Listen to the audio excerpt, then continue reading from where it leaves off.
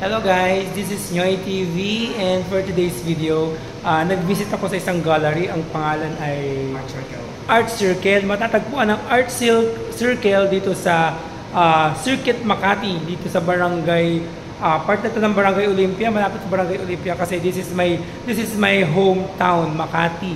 Ayun, although taga Better Living Subdivision na ako sa Paranaque. So, bumisit ako ng Makati. Kasi nandito ko yung friend ko na si Dexter. Yes, sir. Ayan. Nandito si Dexter. Hello. Ayun, so yun, ilibutin natin yung yung Art Circle, yung mga painting dito sa Art Circle. Pero introduce mo naman kami, ano ba yung Art Circle ngayon? Art Circle is a part of painting na gawa ng mga iba-ibang artists. Nandito po yung mga established artists, at saka established artists nandiyan na. At saka mga promising artists, at saka yung contemporary master promising artists. Saan kaya tayo pupunta doon sa promising?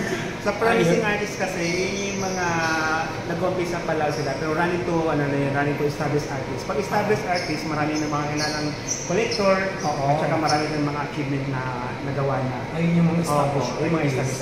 Tapos yung promising, yung kakasimulan pa lang, pero hindi ibig sabihin na promising artist na parang hindi pa labiyas sa artist. So marami ng mga gawa din, pero nasa 5 years to 10 years pang gawa nila. So guys, bali ilang artists ang dito, ang naglalagay ng mga paintings nila dito?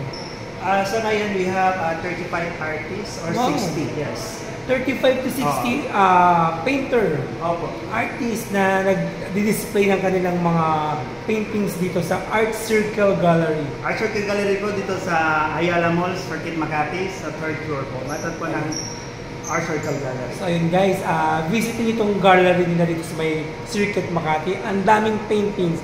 Last time na nagpunta ako dito, konti lang eh. Konti lang yung mga paintings na kasabit. Pero ngayon parang piling ko ang dami-dami niya.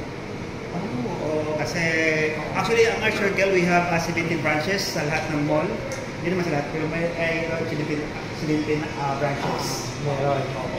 Kaya yun, ito lang yung gusto mong gallery kasi di sa marami silang branches, malalagay yung mga gawa nila. At saka napaka-humble yung mga tao sa Art Circle. Sige, sana maging part din ako ng Art Circle. Oh, sir. Sa Art Circle. Actually, ganun yung gawa mo sa promise, sir. Thank you, Dexter, sa pag-push. Mabita ko na yung gawa mo, sir, sakali. Ang ganda gawa ko, sir. So ito guys, sa painting na meron, ayan. Ang ganda sa camera. Ang ganda, sir. Yan po ay gawa ni Everly Katampungan. Gawa nino? Everly Katampungan. Everly Katampungan. Sir, Everly Katampungan, sikat po yan, sir, sa gumawa ng siya po kasi yung behind ng Pandili Manila. Talaga? Opo, siya po yun. Ngayon yan ang gawa niya. May link siya sa mga Filipinian style, tsaka tradition. Parang si parang isang friend, parang yung artist na friend ko si Nino. Nino Ordosis. Mahusay din, lalo sa mga figure ang husay. Yan ang gaya. Ayun ang weakness ko eh. Body figure. Body figure? Ayun ang pinaka-weakness ko, kaya hindi ako makapag-paint. Ang mga tinadaan ko sa ganito. Dinadaan ko sa ganito. Yeah. Kasi nahihirapan ako i-perfect yung figure. Kapag malayo, medyo okay na. Medyo ko na lang. Pag medyo malapit-lapit, hirap ko. Ang tawag kasi doon is unfinished. Unfinished kasi pag tingnan mo sa malapit, tingnan mo parang hindi pa siya tapos. Pag tingnan mo sa malayo, parang tingin mo sa kanya. Illusion na lang. Illusion na lang siya. Realism. Meron tayong tinatawag to. May tawag tayo yung illusion lang. Tatawag sa painting na yun. Expressionism. May expressionism, may impressionism. Saka realism. May yung hyperrealism masyado mo. Hyper yun. Hyper yun. Parang ako na hyper yan. Na stroke. Yes, yung bata pa ako, stroke ako naman.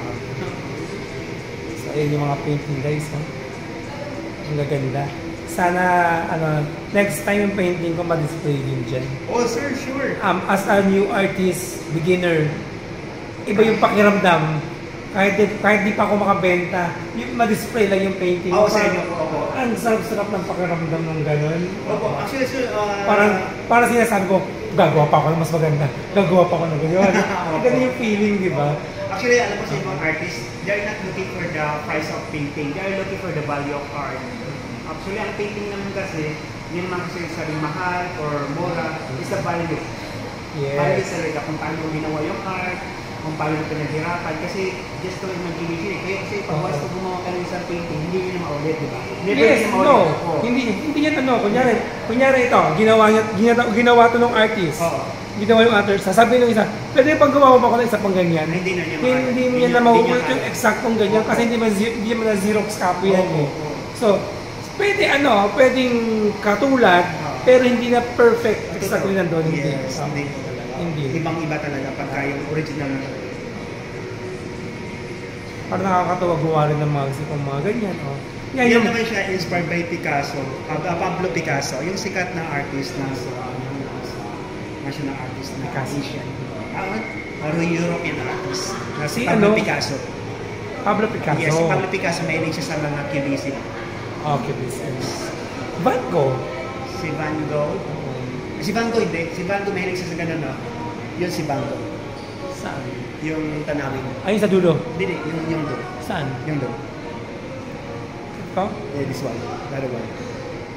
Ito tapos na yan? Yeah, ito. This yan. Napakaganda siya. Tanawin. Yes. Like para siyang yung alam niyo kay Van Gogh yung niya, yung Star Night niya, ayan, yung wave niya. Opo. Ganun. Ang ganda, sobrang ganda ng art. Sige nga, picture natin yan later. Kasi bukas gawa tayo. Ganda yan. Maraming na-miss niyan kasi masyadong, yung yung reflection araw, at saka yung answer, nakikita mo talaga yung kasi dyan. Tawag dyan, sunset. Yeah, sunset. Yeah. Sunset. Ang ganda to guys. Ang ganda nito. Bukas gagawa ko niyan. So mag-agawan na kayo ako kanina. Sino mo ipapamain ko bukas? Isang araw lang. Ayun. Ito cute din ito. Ito naman, inspired siya by Arturo Luz. Pero hindi siya kay Arturo Luz. Para siyang video games. Oh yes. Para siyang video games. Hindi siya na-establish. Parang siyang parang escape din. Parang siyang escape. Parang siyang ganito, guys. Pa-explain naman ako nito. Grabe itong cityscape nito, guys. Painting yan, guys. Sa malayo, nakikita nyo painting. Pero sa malapit, pag nilapit ko na, ilalapit ko pa, guys. Pag nakikita nyo ba yan? Parang mga pantalon. Di ba, maong? Puro maong yan, guys. Nakakaloka. Ang galing nito. Mga maong yan, maong yan, guys. Pati ito mga sasakyan na to, yung tulay, maong yan. Sa malayo, di ba, cityscape. Yes. Sa malayo, cityscape yung painting. Yung nilapitan ko yan, ay, ang bongga, puro maong. Di ba? Para siyang tawag dito yung mixed media. Yes. Pero hindi puro maong na yan eh. Wala namang acrylic dyan wala namang oil dyan. Wala. Ano tawag dyan? Denim art. Sorry? Denim art. Denim. Denim art. Mga denim. Ganun po yun. Mga pantalon sa mga store. Diba? May tawag mga denim. Denim art. Galing, no? Maghahanap ako ng maraming pantalon, gagayahin ko yan. Tapos, oh. Pwede ka naman gumawa din ng ganyan. Hindi ba exactly the same, pero yung proseso, paano niya ginawa. Ang hirap yan. Ang hirap. Pero makagawa ka rin ng ganyan. Iglo mo. So, ayun guys. Ito yung art circle. Ayan. May mga sculpture. Ayan, meron sa mga sculpturing. May marble. Marble ka. Yes. Blue chicken marble. Saring manok. Manok. Blue chicken tawag yun. Ang title nito. Ito naman siya, trompo. Trompo. Parang nung laro ng araw. Nakapag-trompo ka na ba nung araw? Opo. Nalaro ko ba yun? Nalaro ko yun. So yun guys. So yun, thank you. Nag-share lang ako dito sa aking travel sa Makati. Circuit Makati. At na-visit natin ang Art Circle. Art Circle Gallery. Art Circle Gallery. So ayun guys, this is Nyoy TV and thank you for watching. Don't forget to like and subscribe po. Yeah.